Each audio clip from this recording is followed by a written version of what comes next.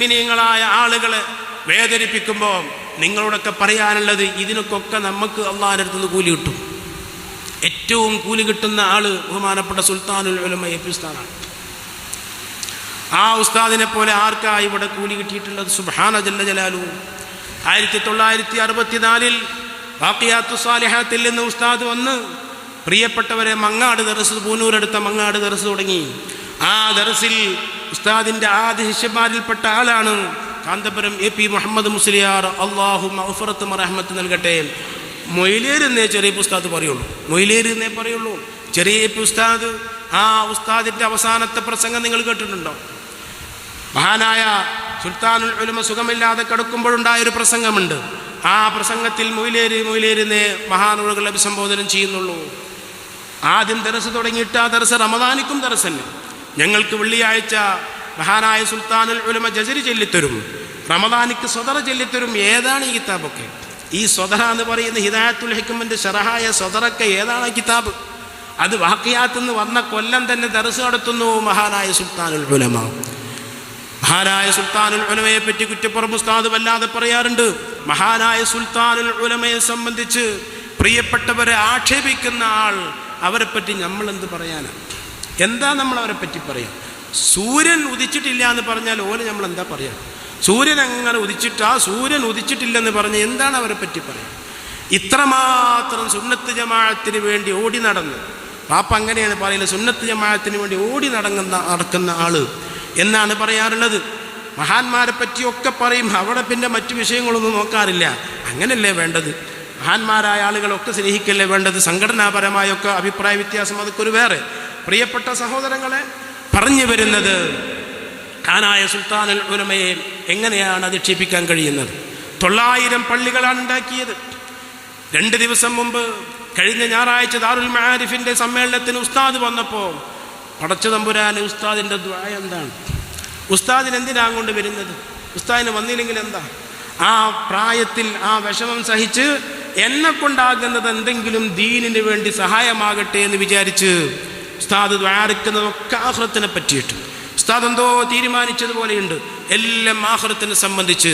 പ്രിയപ്പെട്ടവരെ, ഇങ്ങനെ ദർസ് നടത്തുകയും പള്ളികൾ ഉണ്ടാക്കുകയും, നമുക്കറിയാലോ, മഹാനായ ഉസ്താദ് രോഗം പിടിക്കുന്ന അവസരത്തിൽ ആ സ്റ്റാർട്ടിങ് സമയത്ത് ഞാൻ മർക്കസിലുണ്ട്. ഈ നാട്ടിലെ, ഈ നമ്മുടെ മഹല്ലത്തിലെ ഒരു വിവാഹത്തിൻ്റെ വിഷയം പറയാൻ വേണ്ടി, നമ്മുടെ ഖാദിയാണല്ലോ, ഒരു വിവാഹത്തിൻ്റെ ഫസ്ഖ് സംബന്ധമായ വിഷയം പറയാൻ വേണ്ടി റബീഉൽ അവ്വൽ 12-ന് നമ്മളെ മൗലിദൊക്കെ കഴിഞ്ഞിട്ട് ഞാൻ പോയതാണ്. ഞാൻ ഒറ്റയ്ക്ക് പോയതാണ്. അങ്ങനെ 12-ന് കഴിഞ്ഞിട്ട് ഉസ്താദിനെ കാണാൻ വേണ്ടി പോയപ്പോഴാണ് ഉസ്താദ് നോളജ് സിറ്റിയിൽ നിന്നിട്ട് മൗലിദ് കഴിഞ്ഞ് വന്നിട്ടുണ്ടായ സംഭവങ്ങളൊക്കെ ഉണ്ടായത്. അത് മുഴുവനും അവിടെ നിന്ന് ഹബീബ് ഉമർ വന്ന് ആ ദുആയിലൊക്കെ പങ്കെടുത്തിട്ട് അവിടെ മഹാനായ ചുള്ളിക്കോട് സഖാഫിയും അതേപോലെ സീഫൈസിയും ഒക്കെ ആ രംഗം നിയന്ത്രിച്ചത് അപാരമായ നിയന്ത്രണ കഴിവായിരുന്നു അവർക്ക്. കാരണം ഉസ്താദിന് അങ്ങനെ ഒരു രോഗം അതിൻ്റെ മുമ്പ് ഉണ്ടായിട്ടില്ല. അത്രയും ഉസ്താദ് മർക്കസിൽ മുഴുവനും നിറഞ്ഞു നിന്ന് ഉസ്താദില്ലാത്തൊരു പരിപാടി അവിടെ ഇല്ല. ആ പരിപാടികൾ മുഴുവനും നിയന്ത്രിച്ച് വന്ന ആളുകൾക്കൊക്കെ സമാധാനമാകുന്ന രൂപത്തിൽ അവർ നിയന്ത്രിച്ചത് ഞാനതിന് സാക്ഷിയാണ്, ഇത്തിഫാഖിയാണ്, ഞാൻ അവിടെ എത്തിപ്പെട്ടതാണ്. പ്രിയപ്പെട്ടവരെ, അല്ലാഹു സുബ്ഹാനഹു വ തആല ആ ഉസ്താദിന് ആഫിയത്തുള്ള ദീർഘായുസ് നൽകി അനുഗ്രഹിക്കുമാറാകട്ടെ.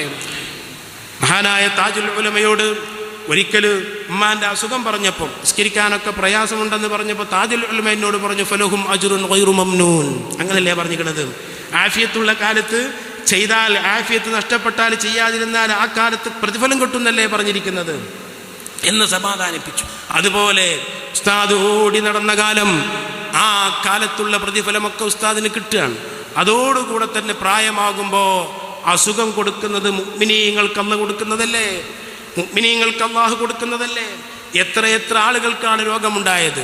ഇമാമുന ശാഫിഈ റളിയല്ലാഹു അൻഹു, അഹ്മദ് ഇബ്നു ഹംബൽ റളിയല്ലാഹു അൻഹു, അബൂ ഹനീഫ റളിയല്ലാഹു അൻഹു ഫിഖ്ഹ് പറഞ്ഞതിൻ്റെ പേരിൽ ജയിലിലടക്കപ്പെട്ടില്ലേ? അവരെ ഫിഖ്ഹ് പറഞ്ഞതിൻ്റെ പേരിലല്ലേ ജയിലിലടക്കപ്പെട്ടത്?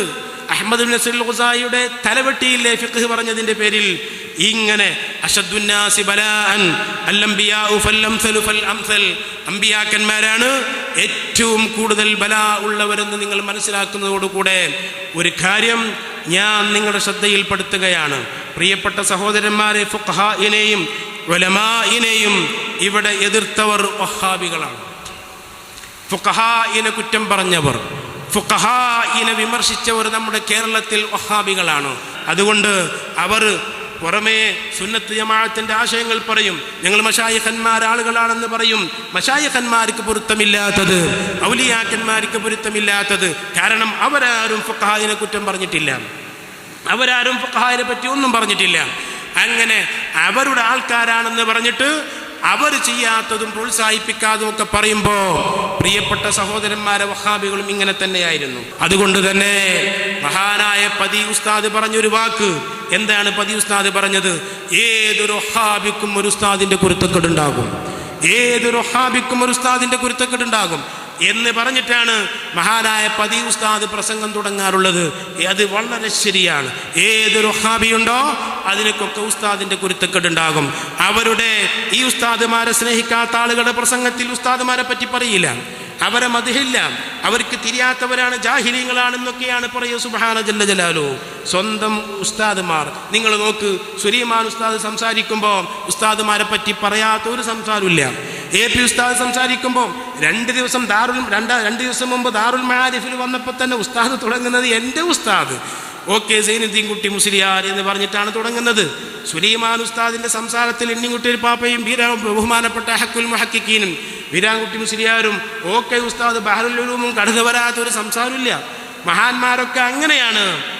ഈ ബന്ധം വിച്ഛേദിച്ചത് മൗദൂദിയാണ്. അയാൾ മൗദൂദി മതം കൊണ്ടുവന്നപ്പോൾ, അയാൾ ജമാഅത്തെ ഇസ്ലാമി കൊണ്ടുവന്നപ്പോൾ ആദ്യം ചെയ്തത് എന്താ? പരമ്പരാഗതമായി എനിക്ക് ഉസ്താദുമാരെ വക്കെന്ന് കിട്ടിയ ചങ്ങല ഞാൻ പൊട്ടിച്ചെറിയുന്നു എന്നാ പറഞ്ഞത്. അയാൾ എങ്ങനെയാണ് പറഞ്ഞത്? അതുകൊണ്ട് പ്രത്യക്ഷത്തിൽ സുന്നത്ത് ജമാഅത്തിന്റെ ആശയം പറയുന്ന ഒരുപാട് ആളുകൾ, അവരെയൊക്കെ നമ്മൾ വിലയിരുത്തേണ്ടത് ഉസ്താദുമാരും അവരും തമ്മിലുള്ള ബന്ധമെന്താണ്? ഉസ്താദുമാരുടെ ആ സിൽസിലയിലൂടെ അല്ലാതെ എങ്ങനെയാ മുത്തുനബിയിലേക്ക് ചെന്നെത്തുക? എങ്ങനെയാ മുത്തുനബിയിലേക്ക് ചെന്നെത്തുക?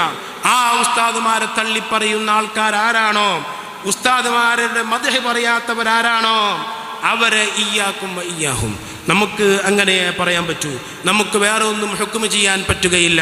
റഹ്മുർ-റഹീമായ റബ്ബ് സുലൈമാൻ ഉസ്താദ്, AP ഉസ്താദ് അടക്കമുള്ള മശായിഖന്മാർ, പൊന്മള ഉസ്താദ്, പേരോട് ഉസ്താദ് അടക്കമുള്ള എല്ലാ മഹാന്മാർക്കും ആഫിയത്തുള്ള ദീർഘായുസ് നൽകി അനുഗ്രഹിക്കുമാറാകട്ടെ.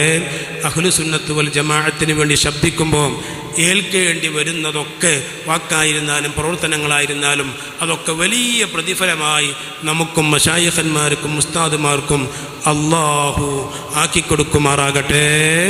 ആമീൻ ബിറഹ്മതിക യാ അർഹമർ റഹീമീൻ.